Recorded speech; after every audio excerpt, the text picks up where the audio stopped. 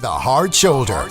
This is Newstalk. A government report has said that if patients want religious symbols removed from hospital wards run by, the 7 direct hospitals run by voluntary hospitals owned by faith-based organisations, or one of the further 5 with some degree of religious order involvement, they should be entitled to have it.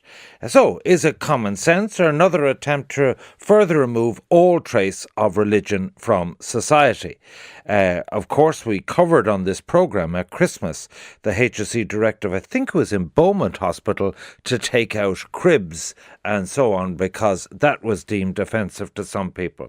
Well, David Quinn of the Iona Institute was on Pat Kenny this morning, giving his tuppence worth. It seems a bit over the top to me. I mean, if you're going into a Catholic hospital, it shouldn't be entirely unexpected that you're going to see a crucifix on the wall or a religious statue or something in your ward. To say that if a particular patient objects, it has to be removed, just again seems an over-the-top response. And also, it doesn't take into account all the patients who will be disproportionately elderly, probably mass-going, who will actually want to see and be comforted by holy symbols on the wall. So it seems to be giving disproportionate account to people who have an objection to these things, even in a Catholic or religious hospital.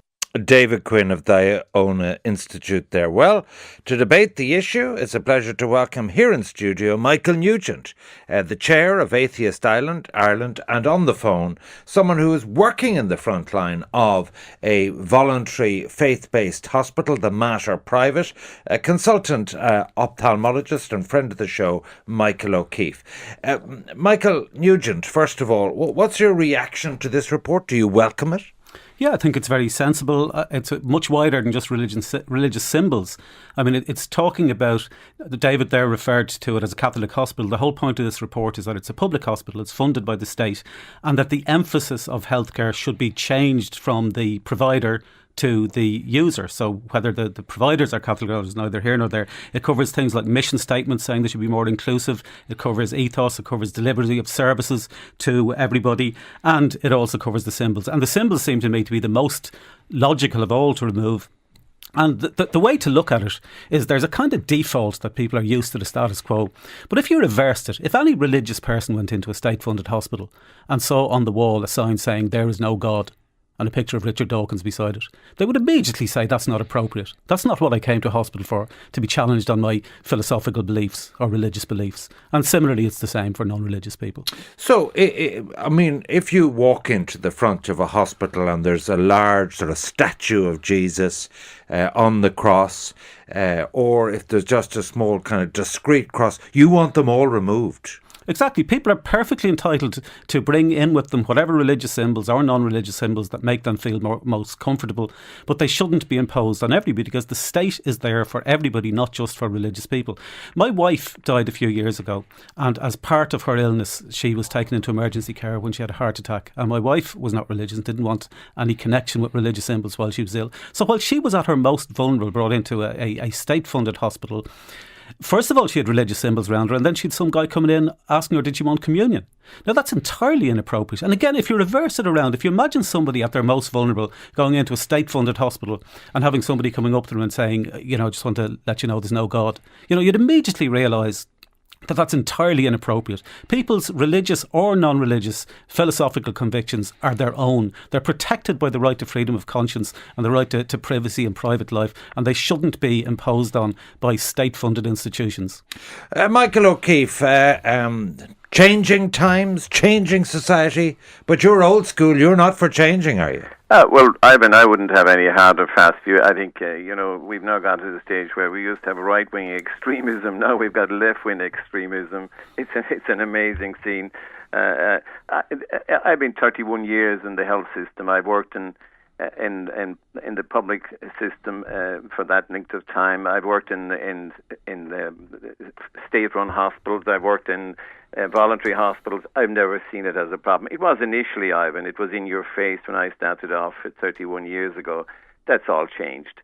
And I've never seen someone come and worry about whether there's a cross on the wall or whether there's a statue. Anyway, there's very few of them left. And in addition to that, nobody comes up to a patient. Patients nowadays have to volunteer whether they want to see a priest or see some other minister, whether they want to receive communion, whether they want to see the last rites. That's patients decide that. That doesn't happen anymore. I don't know where. In my experience, it happened in the Mater. Well, it doesn't happen in any hospital, in my opinion. Well, no, it's a fact that it happened to my wife in the Mater. Well, I'm sure it did, but you must be an isolated case, maybe. And maybe it did. I don't deny it happened. You obviously know it did. But it's not the practice in any other hospital, in my view. And it hasn't been. It may be 10 years ago, but not anymore. And I think this is another example of the whole system gone mad. A whole report costing, I suppose, thousands at a time when patients are on trolleys and chairs, can't get appointments, can't get the phone answered, and we have this business trotted out, which is a complete irrelevancy, I think, at the moment. And do you find, Michael, that patients, that there's a strong demand amongst elderly people of faith that there would be? Because, I mean, what the report actually says is whatever the preference of the individual patient is. What do you find that the practical preference is nowadays? Well, I think a lot of elderly patients, Ivan, like to have some religion around them. I'm not a religious person myself, but I've seen that happen. A lot of older people want to have something, they want to receive communion, they want to see the priest. But it's only done now when they request it. No such thing. Anyway, the number of priests and all is so thin on the ground. I haven't seen a nun in a hospital for the last 8 years. They're gone completely. So it is something that patients request. And I think this is not something that this just happens in hospitals, and when people want it, they should have it. If they don't want it, they don't get it. Simple as that. Michael, Nugent here in the studio. Are you kind of spoiling for a fight here when, in this case, there are sensitivities. People are gravely ill, life-threatening conditions. And, a lot of people just don't know what happens when you die, whether there's a heaven, whether there's a hell.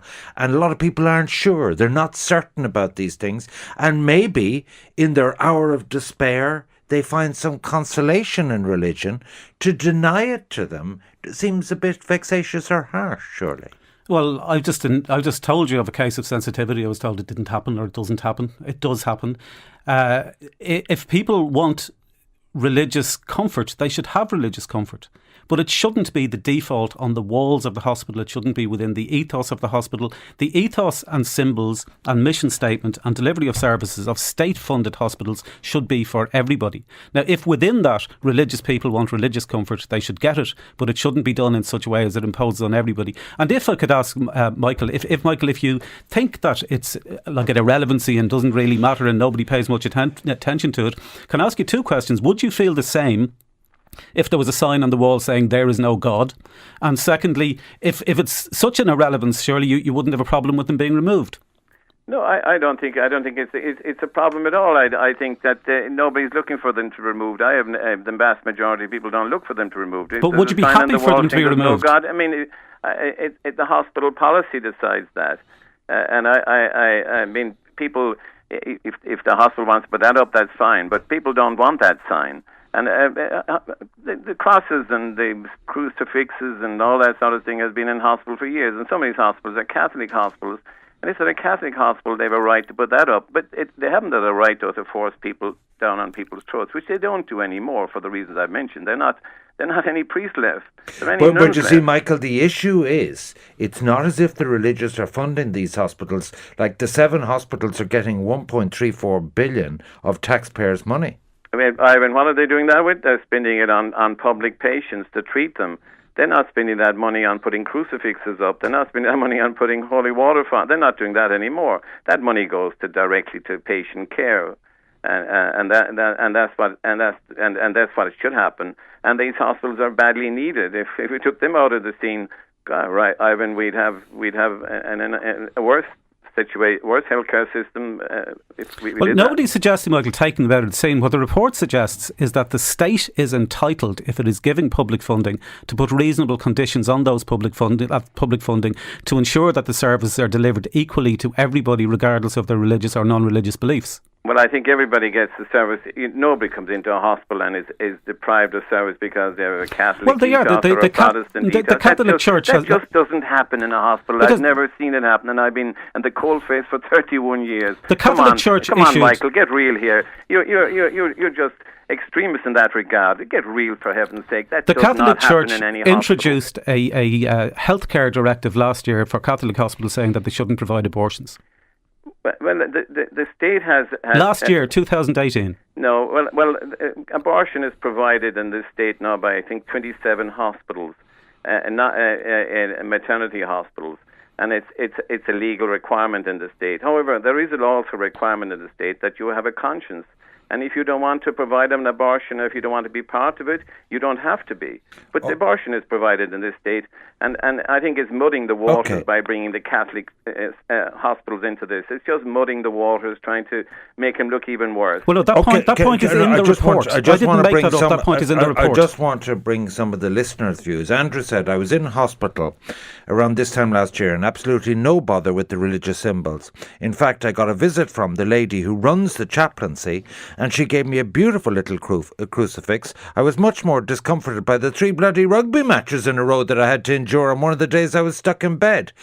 I'd like a picture of Richard Dawkins in my hospital ward. No doubt the snowflakes would object, Ivan. Separate church and state entirely. This is not the 1920s. If you're asking if people can ask to have religious icons removed from a hospital ward, you're asking the wrong question. What you really should be asking if anyone has the right to put religious icons into a hospital ward. Mick in Dublin says, so if people ask to have the crucifix removed, by that logic I should be able to request that a female Muslim doctor must remove her headscarf before she treats me in hospital. Are we talking about removing religious symbols or just Catholic symbols? If a patient can see a Catholic church from the hospital window, will the church have to be knocked down too? This is ridiculous. If they don't believe in it, why is it offensive? If it was a statue of Mickey Mouse, would they still be offended? Paul in Cork says, I'm an atheist, but Michael Nugent certainly doesn't speak for me. He's militant in his views. If I'm in hospital, whether there's a crucifix or around doesn't bother me. I'm there to get better. Darren in Galway says, sorry, but your guest is correct. My mother was on her deathbed in hospital and I walked in to find a priest praying with her. I told the priest she was not religious and it was not necessary. But he said, what harm? I asked him to leave. And finally, I will consider myself more spiritual than religious, but I was in hospital last year and I was too occupied with the fact that I was unable to breathe on my own while in ICU than with the crucifix on the wall. And with regard to receiving communion, I was asked, did I want to receive it? And I didn't get offended because I'm a grown up. All right. We've got to go to the business news, but my thanks to Michael O'Keefe, consultant ophthalmologist in the Mater Private, saying it's much ado about very little in reality at the front line of healthcare, but trenchantly in favour of removing religious icons. Michael Nugent, Chair of Atheist Ireland. Thank you both.